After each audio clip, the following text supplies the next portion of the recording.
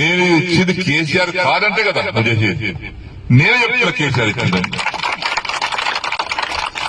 జరిగింది అని గంట పద చెప్తున్నాను.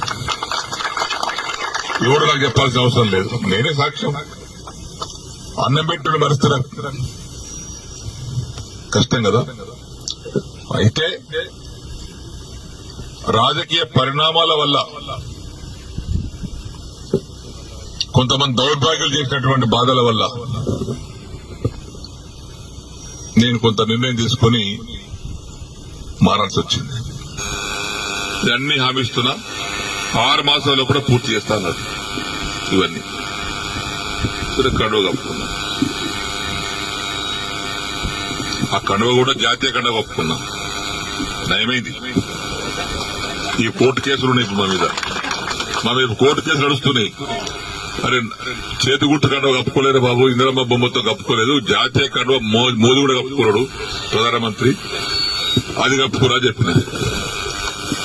అసలు ఆ కథ వేరు లీగల్ గా. ఇప్పుడు ఈ పరిస్థితిలో మనం ఇక్కడ ఆగిన దానికి కొంతమంది రకరకాలుగా మాట్లాడుతాం. తర్వాత మొన్న నవంబర్ 7 తారీఖు నాడు సీఎం గారి మీటింగ్ అయితే పోయినా. అందరు ఎమ్మెల్యేలకు మాట్లాడుతుంటే మాకు కూడా తెలిసాడు. అది ఫిరాయింపుదారుల ఎమ్మెల్యే మీటింగ్ పెడితే అందరు పోయినాం. మీటింగ్ అయినాక విడివిడిగా మాట్లాడిపోయినాం. పొంగులేటి శ్రీనివాస్ రెడ్డి కూర్చున్నాడు, బట్టివి కూర్చున్నాడు ఆయన పొలిటికల్ ఆ ఛాంబర్లో. నేను పోయి శ్రీనివాస్ రెడ్డి రేవంత్ రెడ్డి గారు లేచాడు, కూర్చోసేనని అన్నాడు. ఒకటి అడిగితే సమాధానం చెప్పినా కూర్చుంటా అన్నా. ఏందన్నాడు, నేను నీకు 21 జూన్ నాడు నాకు కండువ కప్పిన రోజు నాకేమైనా పైసలు ఇచ్చినావా, నన్ను ఏమైనా కొన్నావా,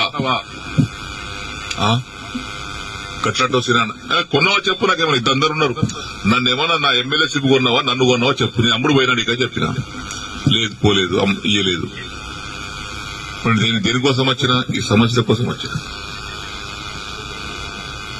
ఏమైనా అయిందా, ఏం కాలేదా, ఏమైంది, 100 కోట్లు HDF ఉంటే 30 కోట్లు ఇచ్చారు. తర్వాత బంద్. దగ్గర 70 కోట్లు డబుల్ బెడ్రూమ్ ఉంటే 20 కోట్లు ఇచ్చి 25 కోట్లు ఇచ్చి 45 కోట్లు ఇవ్వాలి. బంద్. పనులన్నీ పేమెంట్ లేక ఆగిపోతున్నాయి. ఆ కాంట్రాక్ట్ పని చేయమంటే పేమెంట్ ఇవ్వమని అంటున్నాడు. దవాఖాన బాన్సుడు బంద్ అయింది, కోర్టు బంద్ అయింది. సిద్ధపరిసర వారి కాంట్రాక్ట్ 40 కోట్లు ఇవ్వాలి, వాడు బంద్ చేసిండు.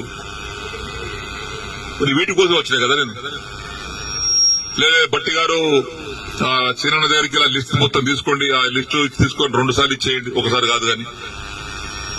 ఇక పొంగులేటి గారు ఆ లిస్ట్ తీసుకోండి, 2 సార్లు మీరు ఇచ్చేయండి. ఇచ్చిన